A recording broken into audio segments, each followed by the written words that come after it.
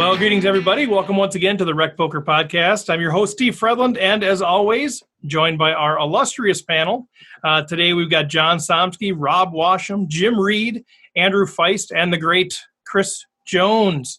Thanks to our official sponsor, Running Aces Racetrack Casino and Hotel, and our other podcast sponsors, Learn Pro Poker and website AMP.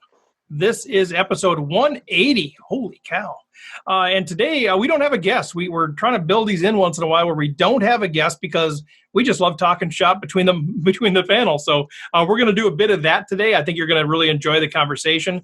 Before we get into that, just a reminder, go to rec.poker/resources. It's your one-stop shop for all of our partnerships, all of the additional discounts you get by signing up through Rec Poker. We've got Learn Pro Poker and Solve for Why, who are now working together on some things. Elliott Rowe, Red Chip Poker, Range Trainer Pro, PokerCoaching.com, Poker Code. We've got ACR, Poker Tracker 4, Hold'em Manager, D&B Poker, and HelloFresh. Those are the partnerships that we have right now. So pretty much anything you need, poker-related and even food-related, you can go out there, check it out. We've got some discounts for going through our site. So make sure you check that out. Specifically, one thing, make sure you check out Red Chip Poker. You can get a 1 week free of Core, which is kind of their core membership site from Red Chip Poker. If you go to redchippoker/recpoker, use the code RECPOKER. So with that, let's come on in, guys. What do we want to talk about today, Chris? I know you've always got these amazing ideas. I don't know how you do it. Hey, Chris, you got a good hand? Yes, here's an amazing hand. Yeah, you got a topic? Yes, here's an amazing topic. So we turn to you once again to kind of lead us through this one today. Sure. I mean, this has been something, we're all still, mostly in quarantine. There's a little bit of opening up. Some people are having giant pool parties around the country, but there's mostly we're still playing online. And one of the things that I've been noticing in my shifting more and more online is that I feel like the online atmosphere world has a lot more sort of overactive shove stacks, especially with these longer rebuy tournaments where people are just sort of like trying to build stacks or rebuy again.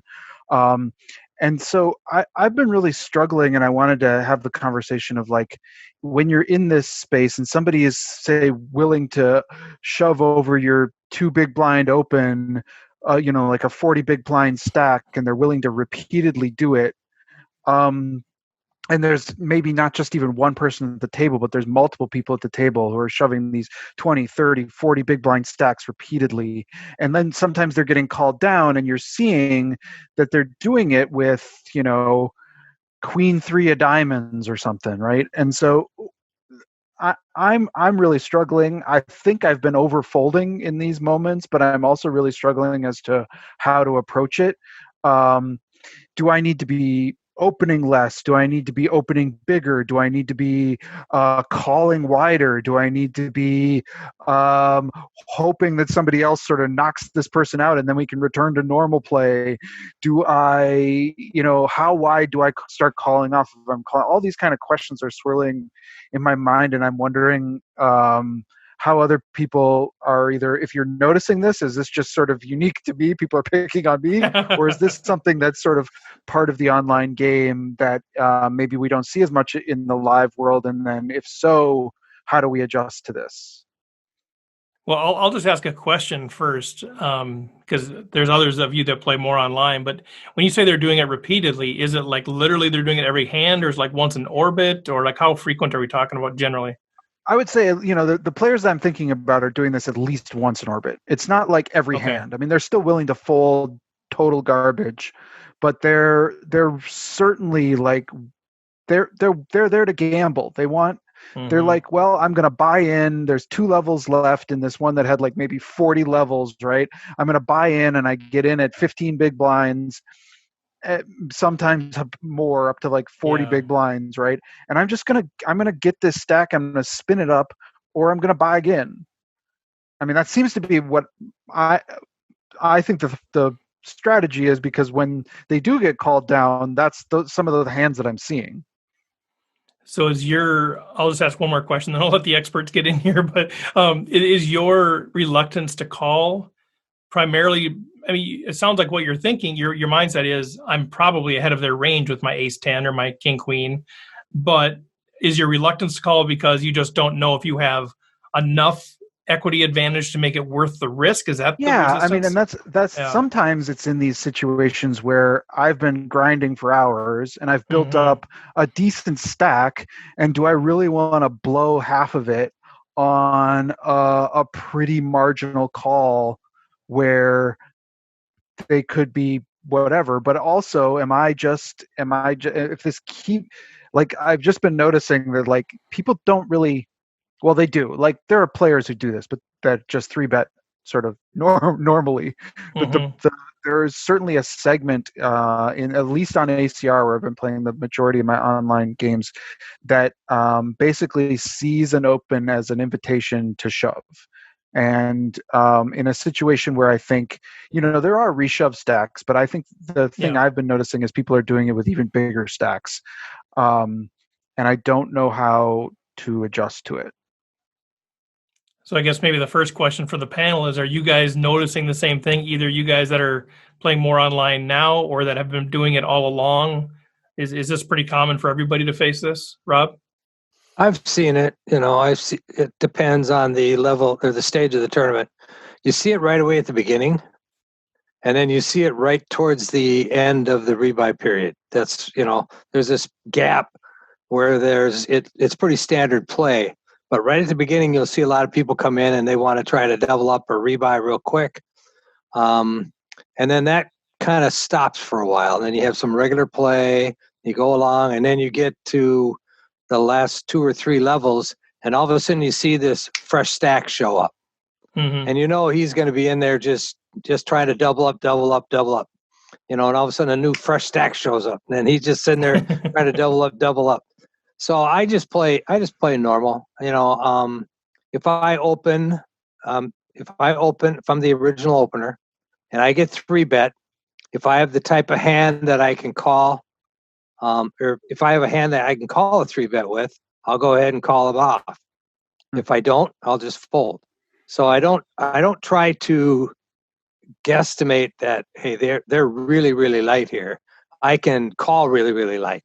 I'm just still going to call with the same hands I would call with under normal situations. So, and you, regardless of sizing, so if they're 3 betting to a normal size or 3 betting to a massive stack, if you feel like you've got a hand that could call a normal 3 bet, you're going to call off one of these shove stacks. Yeah. It depends on my stack size at the time too, right? Right. But yeah, I don't try to call lighter just because I know a lot of them are shoving lighter. Mm-hmm. John, what do you think? Well, my first reaction would be, if people are shoving light like that, my first adjustment would be to tighten up just a little bit. So I'm not going to open as often. I'm not going to be putting marginal bets to open a pot in quite as often. However, when I do get called, I do think I don't think I'd quite do what Rob says and just call with my normal stuff. I would try to evaluate how loose the range is. I wouldn't be calling with Queen 9 suited or anything like that. But I might be calling with an Ace 9 suited, where normally that would be a fold. Or, I might go down to Ace 10 in a situation where normally I'd only be calling with Ace Queen or Ace Jack. So I would try to see if I'm ahead of their range. And unfortunately, you just have to kind of it's like riding a roller coaster. You just got to hold on and pray, and there's not much you can do. It's the ride you're given. But that's the way. If you do that consistently over time, you should be one of those people building a big stack. And then if people are still shoving like that, you should be able to withstand a loss or two occasionally in your tournaments.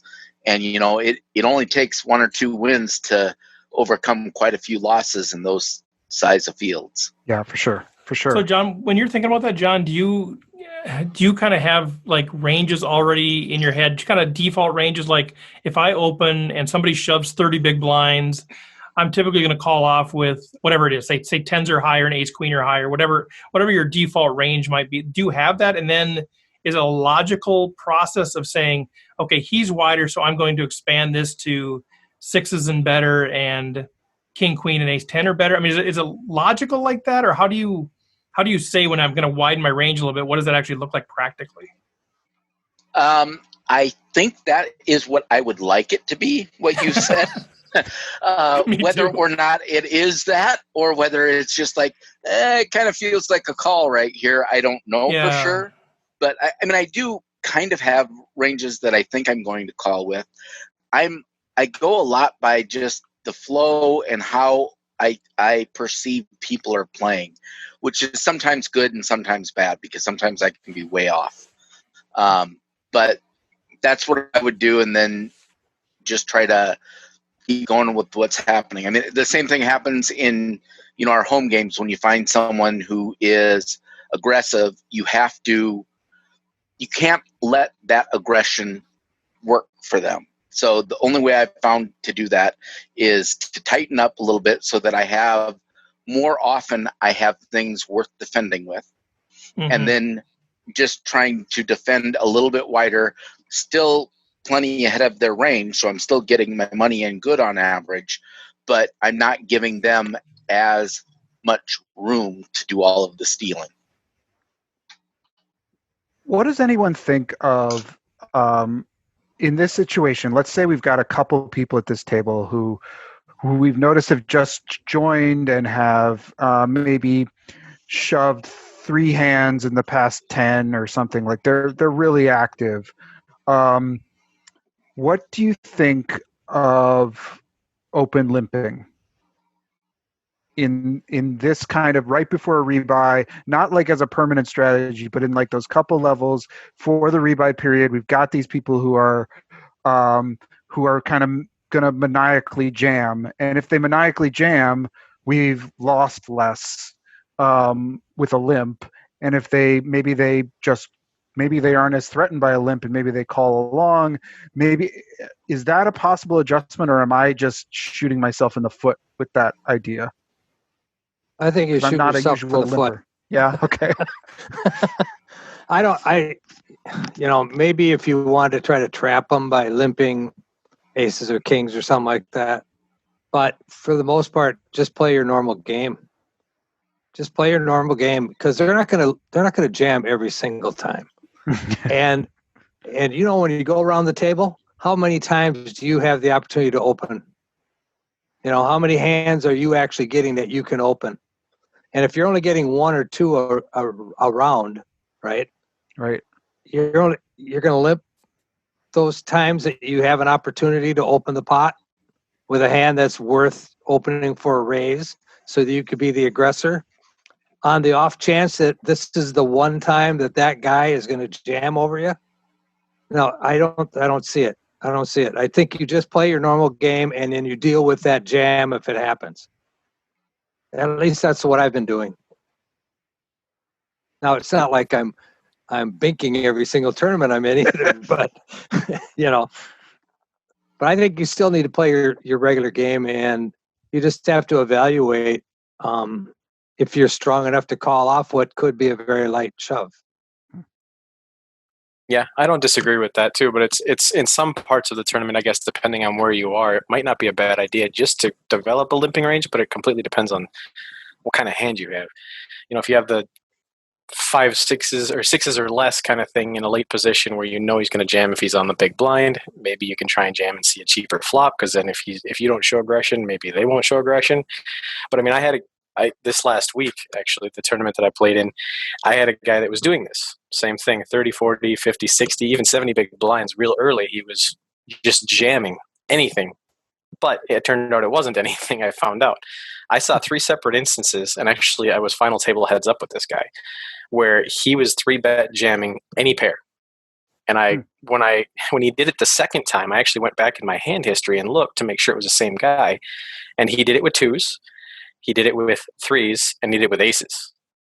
So that right there tells me he'll do it with any pair, because that's pretty broad spectrum of where he's going to go.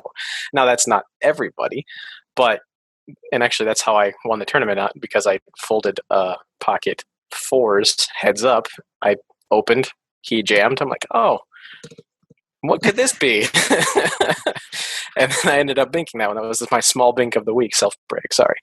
But so, I mean, developing a limping strategy, I feel like could sometimes be beneficial, because if you don't show aggression and he can see a cheap flop, he might not, or whoever she might not fire back, and you might be able to see it, but it completely depends on the hand. And, you know, and like we've been learning with like tournament structures and the anatomy of tournaments, where are you willing to accept more variance? Mm-hmm. You know, because there's certain spots in tournaments, like we've talked about, that it's not worth it. You know, but if you're in those middling stages, you know, where you're getting close to the bubble, or not close to the bubble, but, you know, 100 people or 50 people or an hour away from the bubble, it might be worth it to try and double up a stack. So it just kind of depends on the spots. Yeah, that's a great point. And I think like some of the other variables that I'd want to be considering here are the relative position at the table. Like when they're shoving a lot, are they doing it when they're in late position? And am I in early position relative to them? Because that would make me more inclined to employ an exploitative limping strategy just for this spot, where I can limp from early position with basically the same opening range that I would use strictly to combat this aggression. But if they're going to be, you know, if they're on, if the I don't want to be open limping from late position, because I think Rob makes a good point that you're just giving up too much fold equity as part of your overall strategy. So I'd factor that in. And the only other thing I think about when it really is a question of how light do you call down? Because I think, Chris, you're right that you should probably be trimming away some of those opening hands that you're not going to be able to call with anyway. So just like save yourself, especially in early position, just cut them out, or middle position. And then the only other thing that I would say is if he's showing down like queen 3 suited, that's different than if he's showing down like 7-5 suited. Neither one is good hands, but I'm going to be more comfortable calling down against a player that shows over a 40 big blind 3-bet shove with 7-5 suited, because you're just, even your 2 big card hands are going to be way ahead of that range relatively. So, and really, if he's doing that a lot, that's a real opportunity. Like, you should be loving life when you get to the table and guys are shoving, 5-7 or queen 3. But yeah, stacks in position, I think, would be a big part of it. Sort of, but then okay, we see, because I have seen people do that. I've seen people do it with 7-5 suited, 5-6 suited, and then like they call and get there or whatever. But so you're sitting there with your ace deuce of diamonds here in this kind of spot. Those are the hands where, like, I'm a big believer in sort of opening and having some aggression with some wheel aces, especially suited wheel aces. So this is a spot where I'm finding myself in a lot, where I can be with a 40 big blind stack in the middle, or a 30 big blind stack. I can be easily dominated by somebody who's playing pretty standard. But it's also a hand where I can also, if I think that somebody's being really light, it's a really good hand to potentially call down with. And these are the spots I'm finding myself in a lot. And I guess it's really hard for me to pull the trigger on a 30 plus big blind call with like ace deuce of spades. But yeah, I'm wondering if it's the right move. Yeah, I mean, it'd be interesting to kind of run the hand analysis on that. The problem is if he's shoving any ace and he's shoving any pair, you're in trouble. I mean, yeah, you're ahead of the queen 3s, the king 7s. I mean, so there's probably, you probably have a decent amount of equity, but that's the question is, what's the upside? Does he have you covered? What's the upside versus the downside? You doubling up versus you going broke. What's the ICM implications at the stage of the tournament? Kind of to Andrew's point, depending on where you're at. If it's early, to me, it's just not worth the risk. Right. Like, even if I'm going to win that 55% of the time, and I'm going to lose it 45% of the time, I don't know that that's worth it. I don't know that twice as many chips half the time is valuable enough to offset having 0 chips half the time. Like, I just don't know if in that situation that's the case. I kind of wanted to. Sorry, I'm going to derail. I'm going to go back to kind of the limping thing. The one point I would make about open limping, and I've been known to do it on occasion against the right players, but the reason I don't like the open limp with a fairly marginal hand that you're willing to call off on. Like say you have ace jack or something like that, where you're saying, okay, if he shoves over the top, I'm going to call him off this time. If you limp there and then he shoves, you're opening up the door for somebody to like reshove, isolate, and then that puts you in a really awkward spot. Versus if you open, people and then somebody reshoves, isolates, you got to give them credit for a pretty big hand there.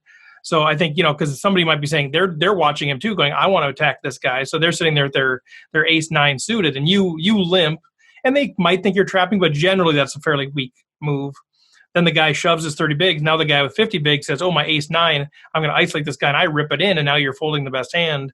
Versus if you open early position, I think at least that dissuades a little bit of that reshove activity that could happen behind. So going back to your ace two of spades, but that was the one thought I had when you were talking about the open limp. Yeah, what happens when, like, the other thing that comes up too is maybe you've even got a marginally better hand than ace deuce of spades, but you've got a few of these people at the table, and one of them sees one of the other ones shove, and they're like, oh, great, I'm shoving. And they really can have anything, and they're willing to just gamble it up and hope to triple up or quadruple up or whatever with their 6-8 of whatever. And again, like, I mean, what are we doing with sevens when we have multiple shoves in front of us? Well, your odds are going down as the more people that are in the pot, right? Right. So you're going to have even a stronger hand to call down if there's two people that have already jammed. So again, I would play your normal game, play your normal opens for your normal raises, whether it's 2.5, 3 big blinds, whatever that is. And then the hands that you would normally call a 3-bet, look to see if the odds are there, right? Are you getting that 3-1? If you're getting that 3-1 or 2-1, I should say, if you're getting that 2-1, you should be calling no matter what, right? Right.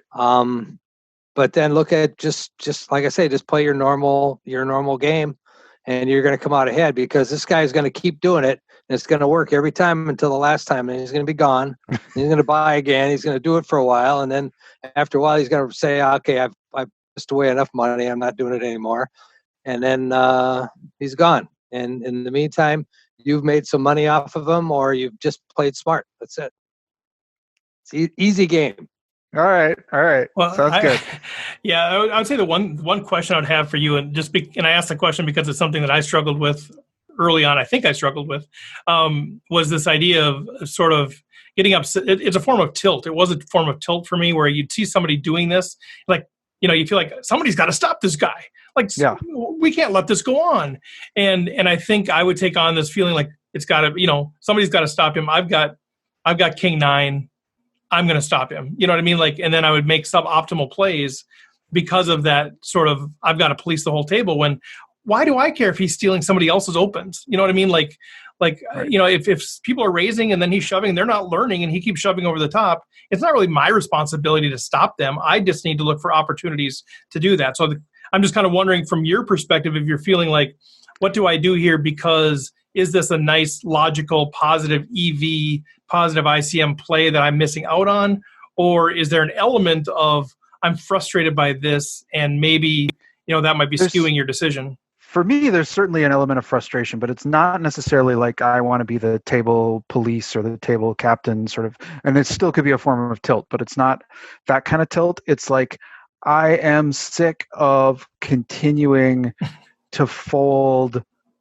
You only get so many pretty decent hands, and I'm being the disciplined player who's folding my ace 10 offsuit and my pocket sevens to this continual maniac, and I'm feeling like at some point this is that I am being taken advantage of, my willingness to fold these hands, and that I need to take a stand. And that could be a form of tilt.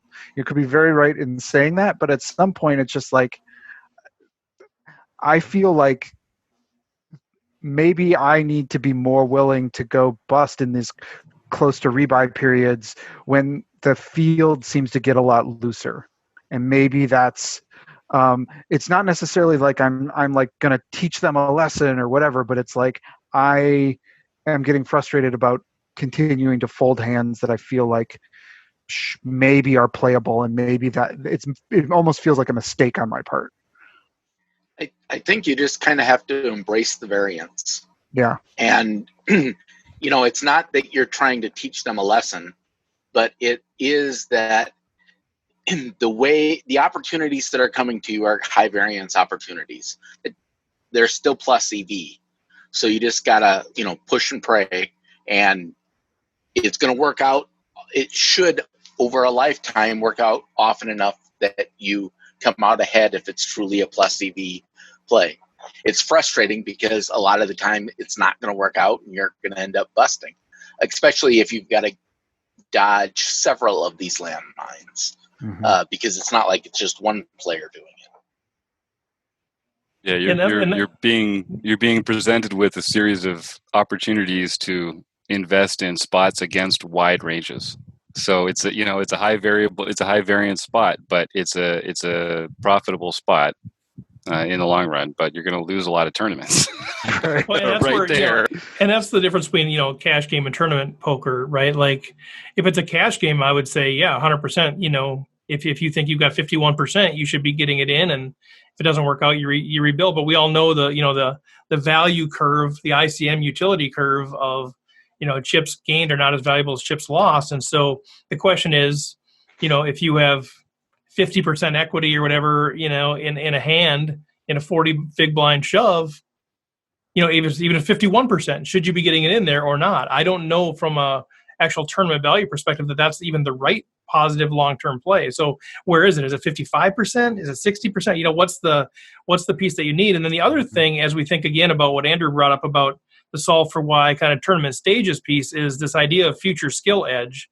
Now, this is sort of a form of future skill edge, is like, do I think this is going to continue?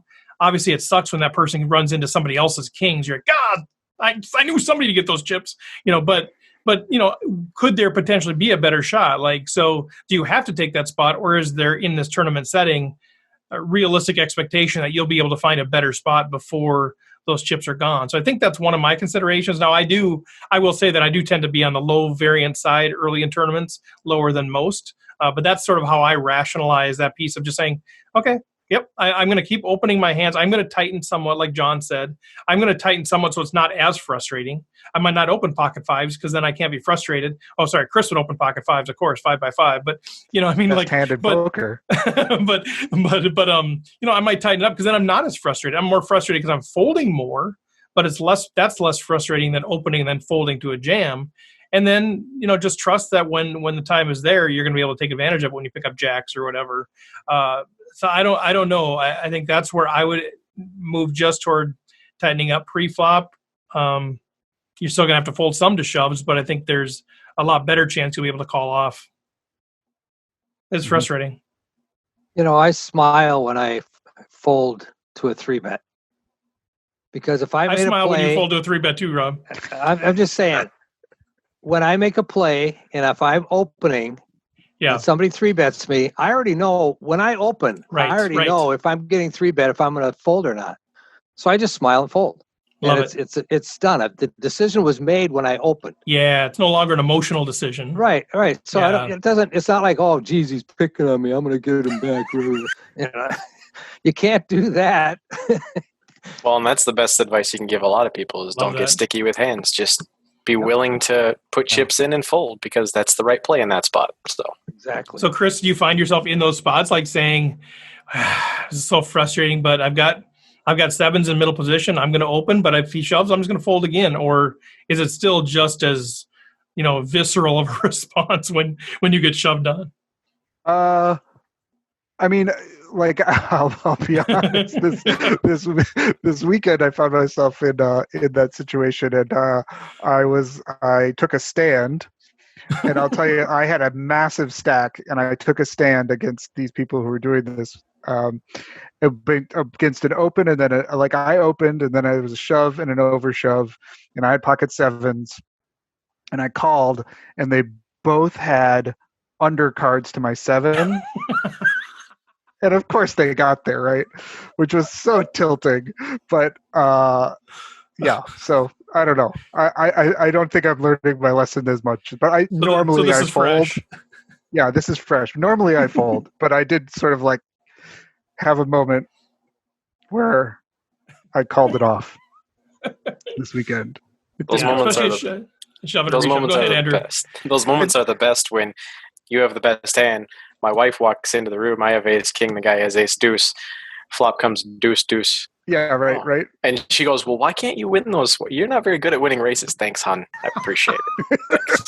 Thanks.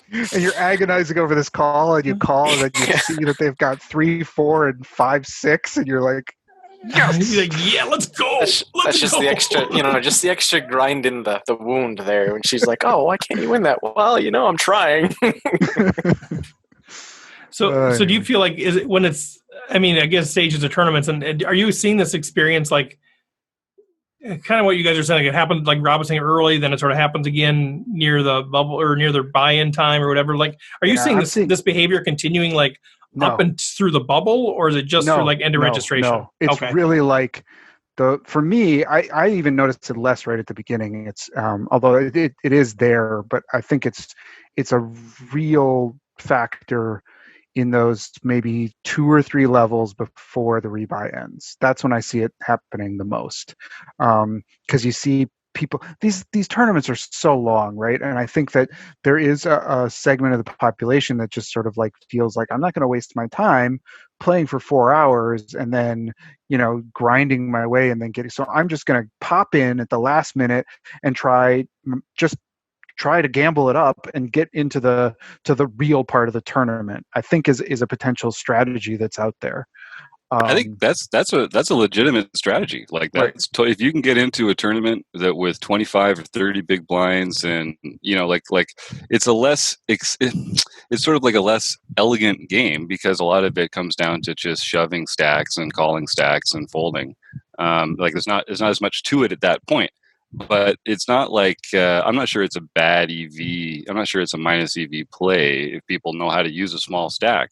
Like as we're talking about today, it can present kind of a troubling issue for people that have been patiently playing actual poker for hours. And if you can get in there and double up, now you've got 50 big blinds. You really could have been in that tournament the whole time. So. I don't think that, and I know you're not saying this, Chris, but other people that you encounter, if you encounter this in the game, some of it might be people just new to online and just getting shovey with big stacks when it's not the right time to do it. But some of them are making good shoves with 20 big blind stacks, and there's kind of an art to that as well. But the answer is still to call down with the right hands, and good luck if you solve that. Yeah, I think it's a huge positive EV play for those folks coming in late when they're getting called by donkeys who are like calling them with overpairs. Like, who does that? Like, I mean, if I'm going to come in and shove with 5, 6 and somebody with 7s calls me, like I'm going to do that all day. Thanks, Steve. Appreciate it. Don't play that trash. Appreciate it. Could be that there are some people that just don't like to play post flop too, because I've actually run into a few spots where they, it's kind of marginal in that area where it's like that's a hand that could shove, I suppose, here, but might just be good as a 3-bet or a flat, a normal 3-bet, I guess. But there are a lot of spots where I've seen. I played with a guy that had a 3-bet percentage of like 35%, which is pretty high. And then he would just barrel or completely shove on the flop. He just didn't want to play post flop. So there are people that are newer to poker and that kind of thing, and that's the way they can win some chips too. Because if whoever you're in the pot with completely whiffs on the flop, they're more than likely folding. Yep. Makes sense.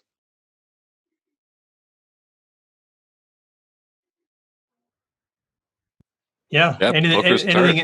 Poker's hard. It's an interesting question for sure because I don't play a lot online. I just started a little bit with everything going on now, and that was one of the things I'm like, I don't know if I even like this because of that sort of thing. It's just such a different dynamic when guys are just ripping 70 bigs. You're like, well, what do I do here with 10s? I mean, in any other situation, if I know the player at all, it's just a fold or it's a snap call depending on the player. Now I don't know this person.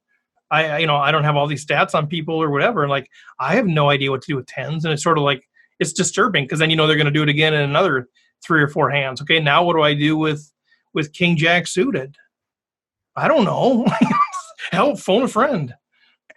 Yeah, but this is no different than when you first started playing poker when you didn't know anything either. Right.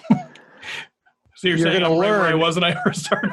No, what I'm saying is you start to learn the different strategies that you need to employ to beat the game that you're playing, whatever that is. And so it's new and different, because if you always play live, people aren't doing that live very often. I mean, you might see it close to the bubble of a rebuy, right? The rebuy period is about to end, so people shove their short stack in just to see if they can get rid of it and buy in again.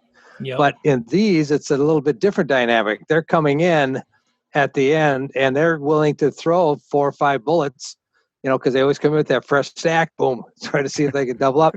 That's just a strategy that you have to now deal with, which is different than you dealt with in a live game. I think that's a good way to put it. It's like learning a new variant of Texas Hold'em. Right. Yeah. John, did you have something? Well, I was just going to say, I think that was a really good point that Rob made, in that whenever we put ourselves in an uncomfortable position, that usually means it's a place where we have a lot to learn.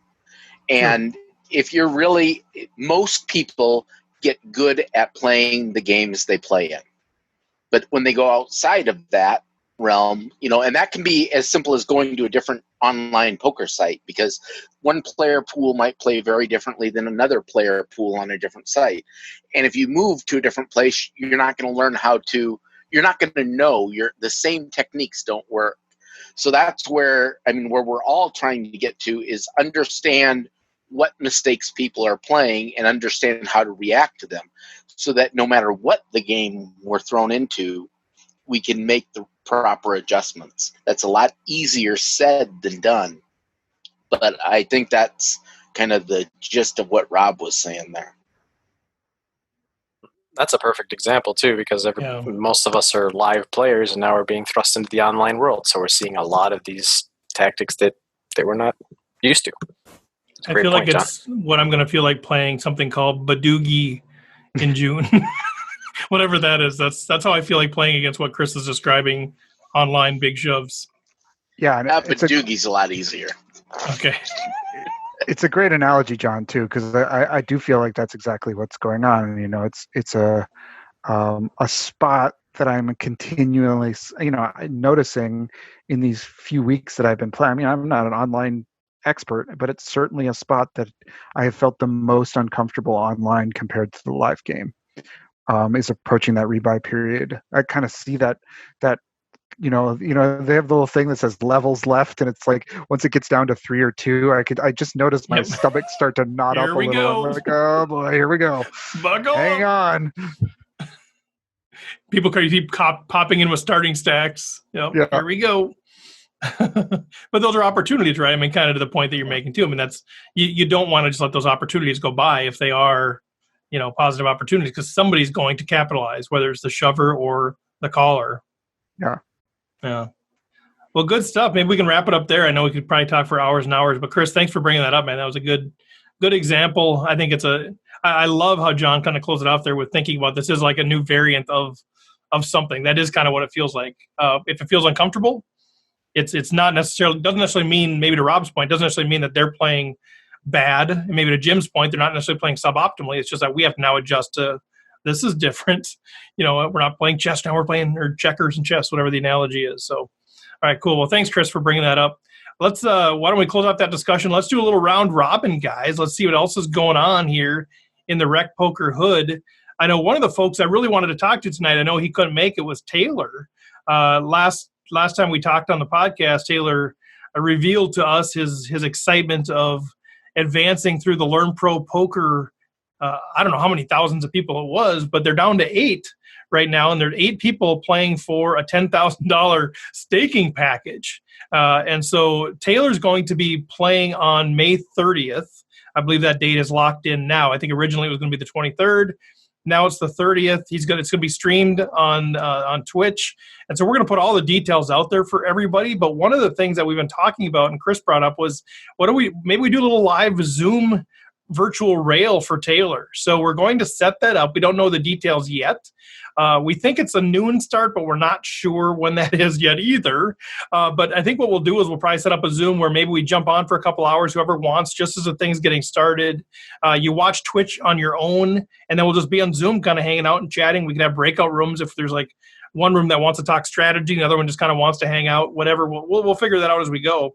And then maybe we'll take a break and come back and join, later on in the day if Taylor's still going. So watch for details on that deal. But man, it's pretty exciting. I know Taylor's fired up. I know some of you guys have been in conversations with him as he's been doing study sessions on that deal. So that's pretty cool to see him prepare for that.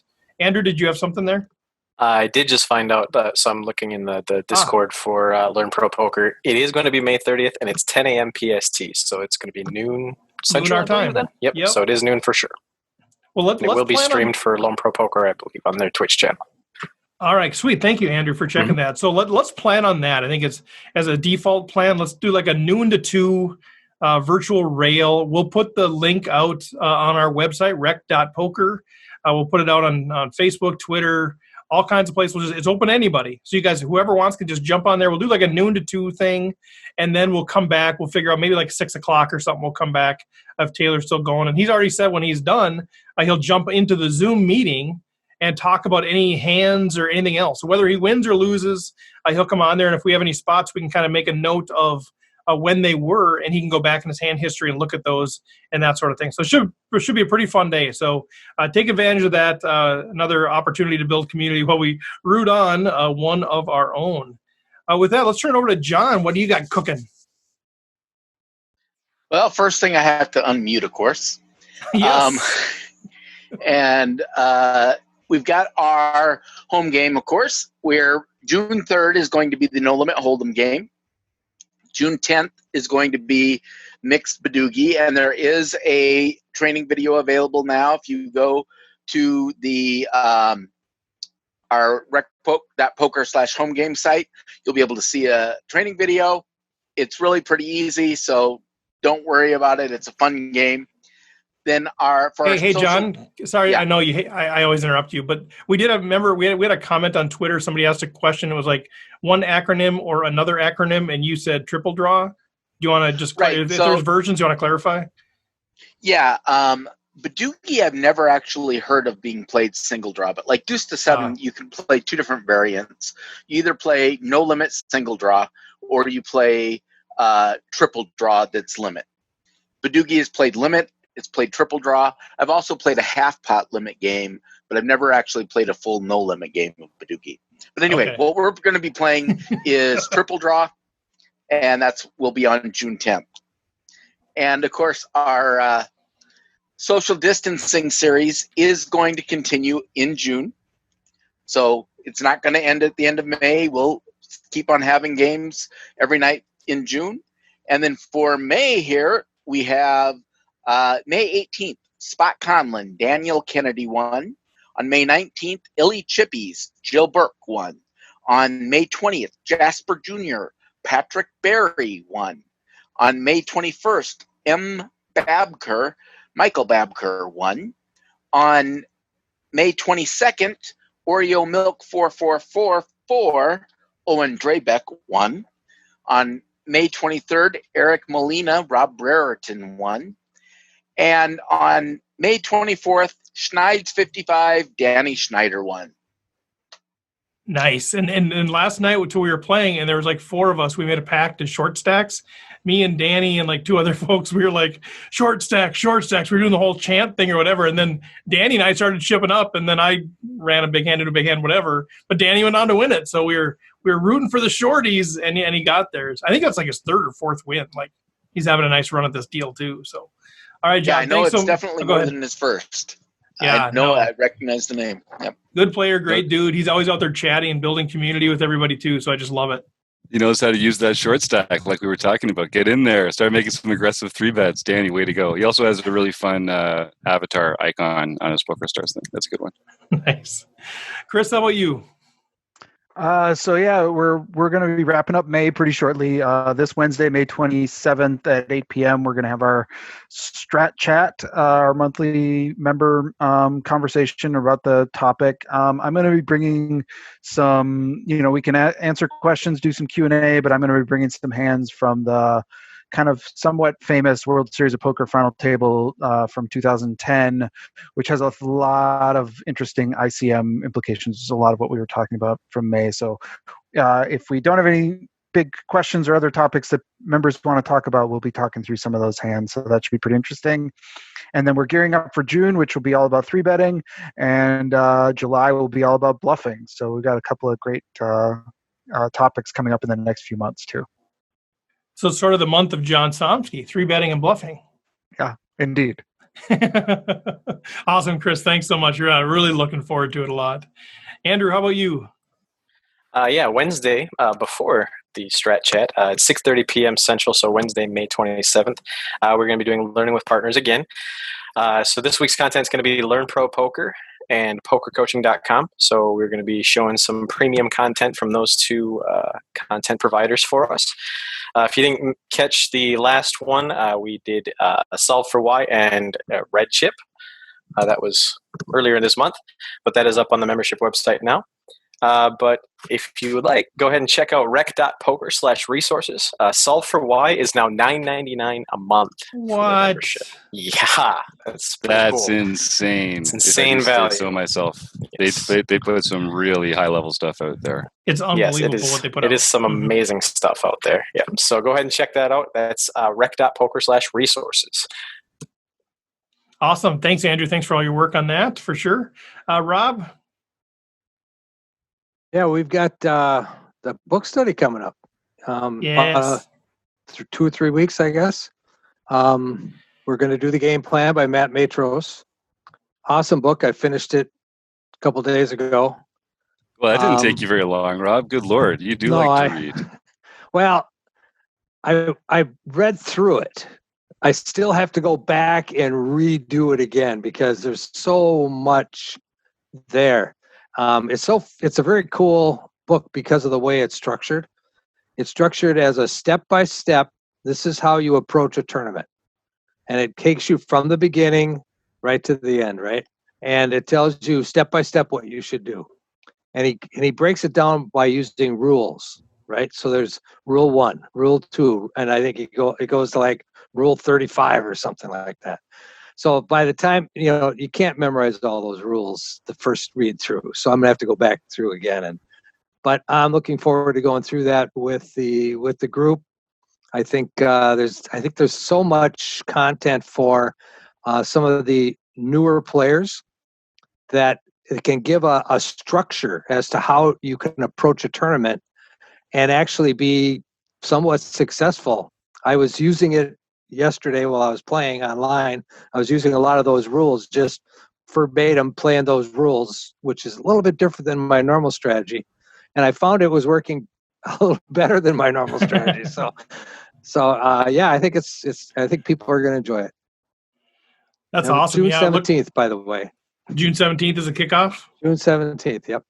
Yeah, and if you guys want to join, if you're a member at rec.poker, you can join us. The links are all going to be out in the membership area. If you're not, go become a member, get the free trial, jump in there, and take advantage of this deal. And if you want a copy of the book, you can just get it at Amazon, or if you send us $15, we'll send you a PDF from Matt Matro. So it saves a few bucks that way if you want to do that. So get in touch with Rob or myself if you have any questions on that. But yeah, Rob, thanks for doing that, man. I'm excited to learn from that book. And we've had Matt on the show, fantastic guest, and it sounds like we'll be able to get him involved doing a Q&A at the end of it too. So it's more than just reading the book on your own and kind of doing that. It's it's learning it in the context of community, discussing it, and then bringing whatever questions you have at the end to the expert himself. And so great opportunity. Jim, you got anything for us? Oh, I mean, I'm just really looking forward to getting into that book club with Rob. I love this level of detail he's going into, and I'm excited for that project. Other than that, the only thing I have to offer is don't do a month of John Somsky without involving a lot of 4-betting, and that's the final word I have to say on that. Sounds like there's a personal A personal thing there. Maybe he knows what he knows what he did in the home game the other night. He knows. I'm a really nice guy. I don't understand. I often give my chips away to everyone else at the table. Okay, yeah. Hey, here we are. We're about a half hour into the tournament. Let's go see who the chip leaders are. Oh, look, Poker Geek MN is in the top 3. Oh, I'm so shocked. Unbelievable. Good night. All right. Yeah, but I redistribute those chips quite often. You do on occasion. I don't really see my fair share, I don't think. Oh my gosh, it's fun. Oh, I love playing that home game. It's so much fun. Well, one thing I want to bring up, just last time we talked about this, the play and hang. We did that for the first time last week, and oh my God, it was so much fun. So we were able to have a few of the folks that have played with us in the home game before. So Kian Tavakoli, he actually won it. Keto Man, well done. Even though I had to look back, like, who won that thing? We were so busy talking to Moneymaker, and I had chips with like 3 left, and all of a sudden I didn't have chips. And I'm like, what happened? I don't really know. Hey, Chris, we're just kind of hanging out. So we're just hanging out, talking, and then Kian actually went on and won the tournament. But Chad McVean, JB Bird, Mark Wittig, Colin Anderson, Mike Patrick, Kelly Stork, and I had the honor of just playing the game, but then we were hanging out, and Maria Ho comes on, chats with us for a while. Lexi Gavin comes on, Chris Moneymaker comes on, and we just had a hoot. I mean, it was something. So Moneymaker's like in his bed, hiding from his family and his dogs, I forget who it was. One of them, I think it was Kelly Stork's like, "Are you in your bed?" It was so funny. And then he's like, yeah. He was just kind of hanging out, just a regular dude. And then he's like trying to figure out how he can change his background. Eventually, he got it changed to like it was the universe, like stars or whatever. So we didn't have to talk to Chris Moneymaker while he's hanging out in his bed. So. But he's just a regular dude, and it was really fun to talk with him. And we're trying to get him on the podcast for a full interview, but I had a good time with him. So what we're going to do is we're going to keep doing these at least every month. Man, I just had a blast doing it. I think what we'll do for June is I think we're just going to do a random drawing for the folks that have played in the PokerStars home game.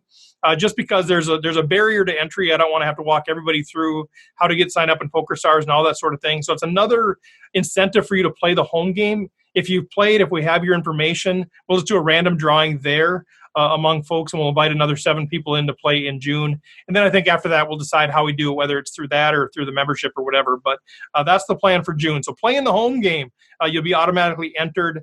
We'll avoid redundancy. So the folks that played in May, we're not going to have them play in June. We'll probably be a once a year sort of opportunity because it was that cool. And so we'll start lining up more pros. But I don't remember whoever had that idea, but it was super fun to do.